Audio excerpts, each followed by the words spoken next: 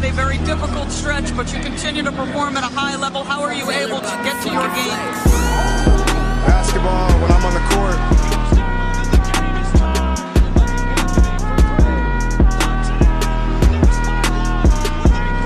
Rebecca, in the future, when you interview me, can you please take off your damn heels?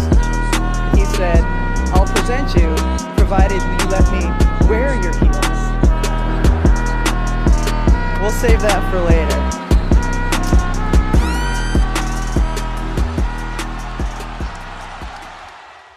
Olá, pessoal! Olá! A NBA Finals começou com vitória do Boston Celtics, fazendo aí valer o seu mando de quadra, jogo 1 no TD Garden, 107-89 para o Boston Celtics, que chegou a abrir aí quase 30 pontos de vantagem, e é claro, né, o Boston Celtics deixou essa grandiosa vantagem escorrer, deu a entender que teríamos um jogo, mas depois também a coisa já andou novamente e conseguiu fechar esse jogo 1, jogando muito bem, mas a gente vai dissecar aí rapidamente, né? Até porque o nosso objetivo de fazer em 20 minutos continua. Mas antes, Agatha Máximo, tudo bem? Como foi festa de abertura da NBA House? Como foi jogo 1 da NBA House? E como está a ansiedade para o jogo 2, com todas nós juntinhas na NBA House nesse domingo? Amiga, começou, né? Finalmente, correria, loucura. Vem o burnout aí, quem sabe? Façam suas apostas, né? Mas é uma boa época, né? Se ele vier, será por um bom motivo. E, sim, ainda não vou falar o que eu acho de Boston Celtics. Vou só dizer que a NBA House está incrível, antes de mais nada, né? Enorme, gigantesca, para quem foi nos anos anteriores. É outra NBA House, para quem não foi, chegou no melhor momento para ir também, né? Muita coisa para fazer, muita gente para ver, muitos amigos, né? Para reencontrar e encontrar pela primeira vez, então tem sido incrível. É isso, eu estou ansiosa porque, né, eu não sou gente assistindo o jogo do meu time em público, né? Tenho minhas questões, tenho minhas superstições, mas vamos lá. Vamos ver na NBA House com todas nós juntas. Já fica novamente aqui o convite, quem quiser nos conhecer, quem não conhece, ou dar um beijo na gente, quem já conhece. Estaremos amanhã, sábado, dia 8 e dia 9 na NBA House. Mas vamos ao jogo, vamos aos números e vamos falar então dessa partida. Como eu disse, 107-89 para o Celtics, que chegou, né, a abrir 29 pontos, foi a maior diferença. Quando esteve na frente, o Dallas Mavericks ficou no máximo com 4 pontos à frente do Boston Celtics. 8 mudanças de liderança, a maior run de 14-0 do Celtics, e em 2 momentos nós tivemos esse jogo empatado. Essas mudanças de liderança, elas aconteceram até a metade do primeiro quarto. A partir daí, o Celtics abriu essa vantagem, e por mais que o Dallas tivesse, né, enxugado ela bastante ali no terceiro quarto, que é o da soneca do Celtics, ainda assim o Celtics não se viu atrás no placar. Rebotes, 47-43 para o Celtics. Assistências, esse ponto foi fundamental. 23-9 para o Celtics. Steals, 8 para o Dallas, 6 para o Celtics. Blocks, 9-1 também, né, determinante. 9-1 para o Celtics. Turnovers, 12-11 para o Celtics. Field goal, 48% para o Celtics, 42% para o Dallas. 3 pontos, 38 para o Celtics, 26 para o Dallas, e linha de lance livre, 68 para o Celtics, 63 para o Dallas. Pontos de contra-ataque, 10-6 para o Celtics. De segunda chance, 16-10 para o Dallas. E no garrafão, 46-38 para Dallas. Os líderes desta partida, desse jogo 1 da final da NBA, da temporada 23-24. 30 pontos para Luka Doncic, 22 para Jaylen Brown, 10 rebotes para Luka Doncic, 11 para Jason Tatum, 5 assistências para Jrue Holiday, 2 para Kyrie Irving e 3 blocos para Kristaps Porzingis, 1 para Maxi Kleber. Falando individualmente, começando pelo Dallas, além do duplo-duplo do Doncic, né, que teve 30 pontos, 10 rebotes, mas apenas uma assistência, 14 pontos para PJ Washington, 12 para Kyrie Irving, 8 para o Daniel Gafford e 5 para o Jones Jr. O banco de reservas contribuiu com 20 pontos. Pelo lado do Boston Celtics, nós tivemos todos os iniciais com mais de 10 pontos, né? O cestinha do Celtics, Jaylen Brown, com 22 pontos, 6 rebotes, 2 assistências, além de 3 blocos e 3 steals para ele. Fenomenal. Duplo-duplo para Jason Tatum, 16 pontos, 7 rebotes, 3 assistências.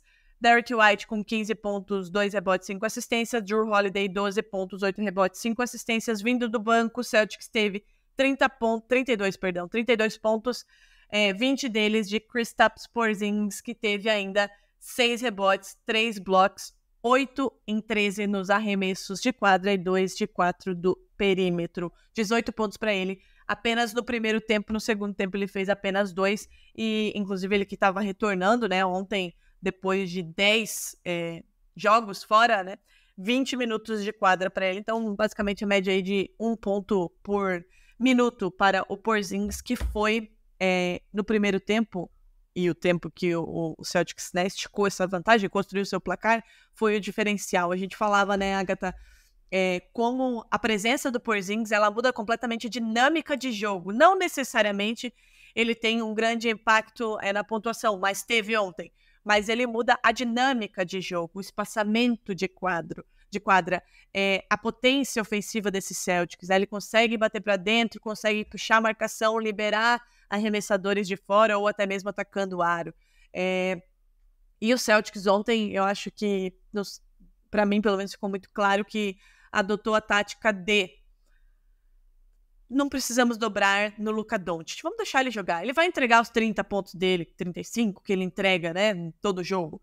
Mas os outros não vão jogar. E foi o que aconteceu ontem. Kyrie Irving muito mal mesmo, e aproveitamento, errando muitas bolas. O Gafford também, que vinha se destacando. O Lively também, que chegou a 5 faltas. Todo mundo não conseguiu jogar a partir da defesa do Boston Celtics. Para mim, Agatha, pontos cruciais, como disse Kristaps Porzingis, pela dinâmica alterada do jogo que ele traz, pelo simples fato de estar em quadra, e obviamente teve uma atuação magistral também ontem, batendo bola de 3 importantíssimas, contribuindo aí com 20 pontos vindo do banco de reserva. Assistências, 23-9.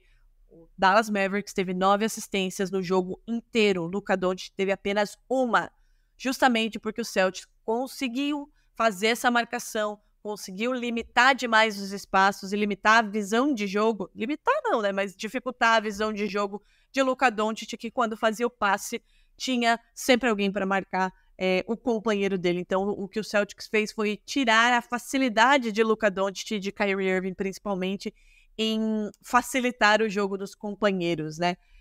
Para você, Agatha Máximo, quais foram as chaves aí dessa primeira vitória do Boston Celtics? Acho que primeiro preciso dizer que o Boston Celtics jogou o basquete que a gente pediu pro Boston Celtics jogar durante todo o playoff, né? Por mais que, enfim, tenha sido uma campanha incrível, a gente já cansou de falar, né? De justificar as vitórias e a qualidade desse time, ainda faltava aquela energia, né? A vontade realmente de massacrar o adversário. Eu acho que é o maior sinal, inclusive, de respeito que você pode ter por um adversário, é a vontade de massacrá-lo dentro de quadra, né? E foi assim, com essa mentalidade, que o Boston Celtics jogou o jogo 1. Foi superior ao Dallas em completamente todos os aspectos.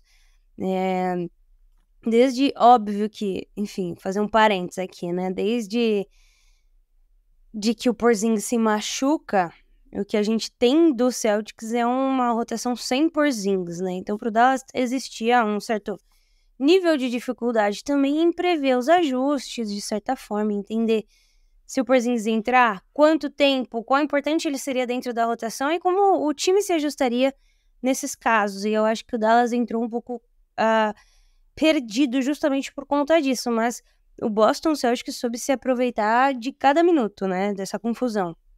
E foi melhor em praticamente todos os fundamentos, foi superior no mental, foi superior na vontade também, e a torcida veio junto, né? Tava cheio de Celta, viu? Tá cheio de Celta na NBA House, Drica. Muitos companheiros, a galera com bandeira, inclusive MC Bin Laden, o maior funkeiro, foi de Celtics, né? Eu sabia que ele era fã do Celtics, eu fiquei pensando, será que Bin Laden vai pra NBA House? Foi, tá? Estava presente lá também Naldo Bene, contou algumas mentiras, Drica, mas o importante é que a NBA House está cheia de torcedores, tá? Pelo lado do Dallas, obviamente o Luka fez uma boa partida, mas o que mais me espanta, eu acho que acima de tudo, é esse número de 9 assistências, né? É o menor número do Luka na carreira em assistências em um jogo de playoff. Ele teve uma, né? Ele teve uma. Exatamente, uma assistência. Em um coletivo, um jogo inteiro, 9 assistências é muito pouco. Então, plano de jogo muito claro do Boston Celtics, né? Apostar na individualidade dos jogadores. O Luka pode arremessar e o Luka pode até fazer 30 pontos, mas ele vai ter que fazer sozinho. E todos os outros jogadores, se quiserem jogar, vão ter que fazer o mesmo. Não deu certo, né? Você vê, o líder de assistência, Drica, do Dallas foi o Kyrie com 2. É muito absurdo, né? O Boston também, a gente já falou disso várias vezes, né? Não é o time mais conhecido por assistir. É um time que também sobra talento individual para resolver certas paradas, né? Então, acaba não precisando tanto da assistência como um recurso imprescindível. Diferente do Dallas, o Luka tem, enfim, triple-double a rodo, porque é um cara que passa muita bola. E o Dallas depende dessa visão de jogo do Luka acontecer. Não só para ele, mas para os seus companheiros. E para mim é aí onde o Dallas, de fato, perde o jogo, onde o Boston ganha, que é tirando a coletividade com que esse Dallas jogou nos playoffs. Mas, antes da gente se emocionar, apesar que ontem eu até postei, né? Celtics em 4, antes da gente se emocionar... Amada, para de zicar meu time. Já vamos resolver isso amanhã já. Tete a tete. É preciso lembrar que o Dallas perdeu todos os jogos 1, com exceção da série contra o Timberwolves, né? Perdeu contra o Clippers mais ou menos do mesmo jeito, tomando um sacode. Perdeu pro Oklahoma num pequeno sacode e perde de novo. Então, assim, é um time que, apesar de ter feito jogos péssimos, tem aprendido muito rápido com o erro, né? Eu acho que se você vai errar, o melhor jogo pra errar é o 1, né? Onde você ainda tem a série toda pela frente. Então, assim, se desse erro eles souberem encontrar respostas, vem um Dallas muito diferente do que a gente viu ontem. Não tenho dúvida, né? Cada jogo é uma história diferente, né? E a gente sempre fala aqui, uma coisa é temporada regular, outra coisa é playoffs. Ajustes dentro do próprio jogo. E o Jason Kidd, apesar de não ter ido bem ontem, o Dallas conseguiu se ajustar, porque no começo do terceiro quarto cortou bastante essa diferença. De 29 chegou a cair para 8. Né? E aí o Celtics tem essa capacidade nessa temporada de também retomar o foco rapidamente, e quando a gente viu já estava 20 de novo. Então, obviamente que ajustes vão acontecer para o jogo 2 de ambos os lados. Para a torcida do Celtics, eu acho que isso que você falou, né, sobre apresentar um bom basquete, dá uma esperança a mais. O Celtics, ele vem jogando muito bem ao longo de toda a temporada, mas eu acho que esses dois times ainda não tinham enfrentado adversários com as características que ambos apresentam um para o outro, né? O Celtics não teve um time até agora que estivesse completo, né, 100%. A gente sabe de todo o talento de Luka Doncic e Kyrie Irving, mas o Dallas também não tinha enfrentado um time que é defensivamente muito bom e ofensivamente igualmente muito bom. É um time que começa tudo na defesa, mas que ofensivamente é realmente muito bom.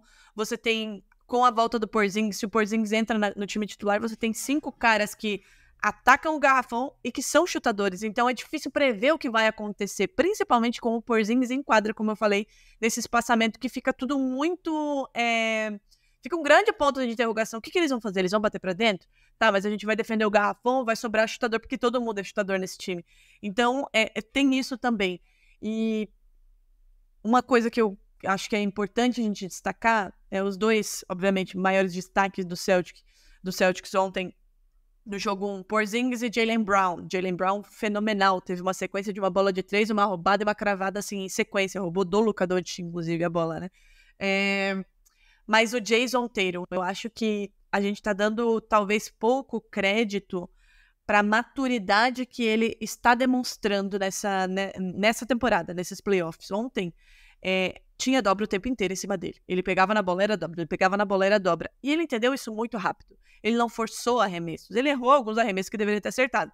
Mas ele não forçou arremessos e ele se tornou um passador, um playmaker absurdo. Ele entendeu rapidamente o que ele tinha que fazer, que era trazer essa dobra de marcação e liberar essa bola para o companheiro.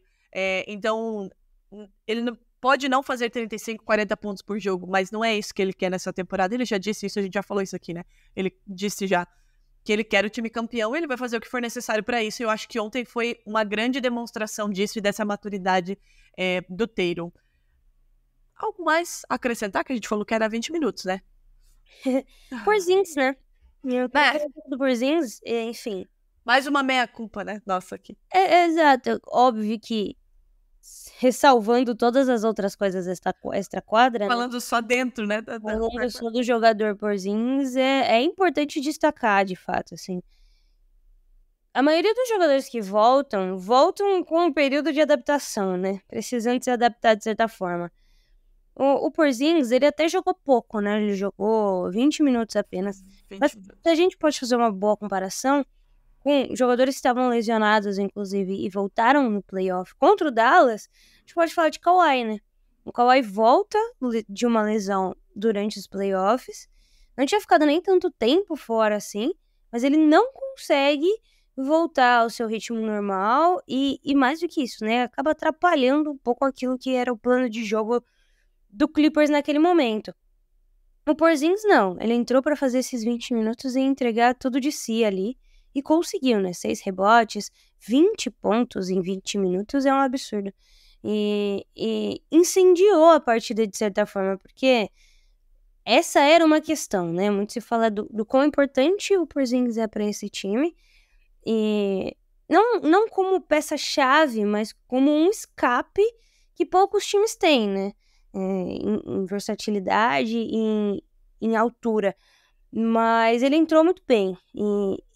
Enfim, Joe Mazzulla também é um cara para quem a gente tem que tirar o chapéu mais uma vez, por ter conseguido introduzi-lo no sistema dessa forma. E Sam Hauser voltou a jogar bem, né? Sam Hauser um pouco apagado nas outras fases, especialmente da bola de 3. Ontem meteu as duas, né? 100% de aproveitamento.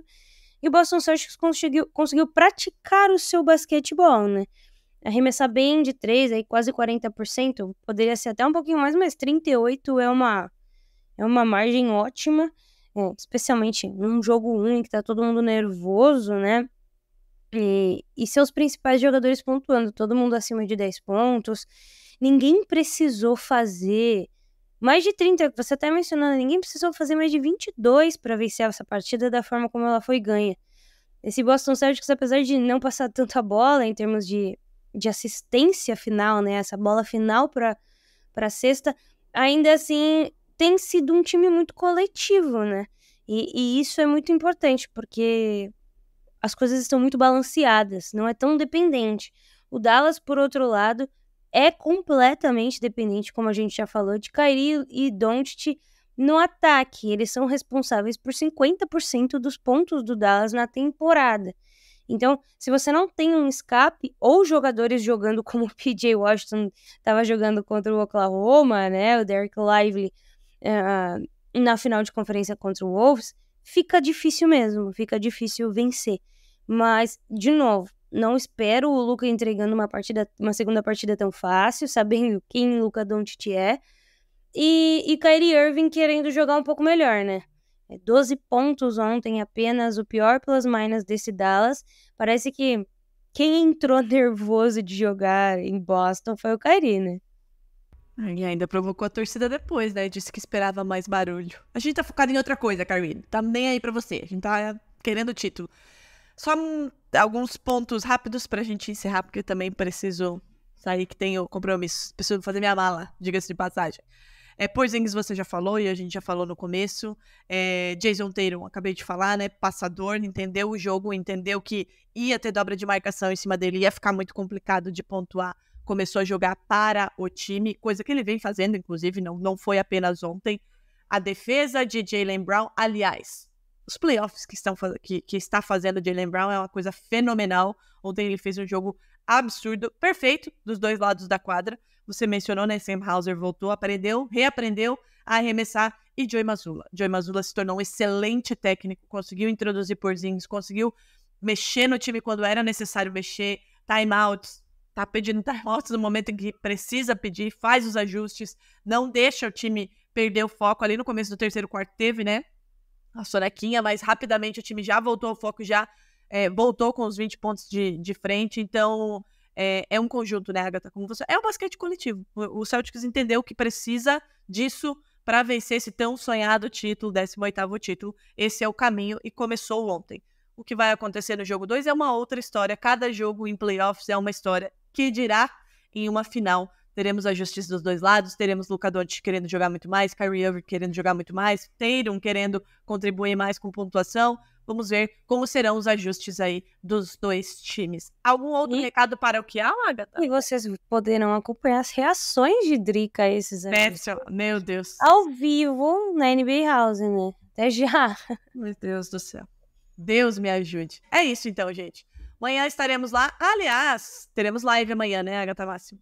Exato. Avise o pessoal. Avise. 3 horas da tarde, em todas as nossas redes sociais, divulgaremos links, estaremos todas ao vivo e juntas da NBA House. Esperamos vocês. E o episódio do jogo 2 provavelmente vai demorar um pouco mais, porque, né, eu preciso fazer todo um de volta para minha terra.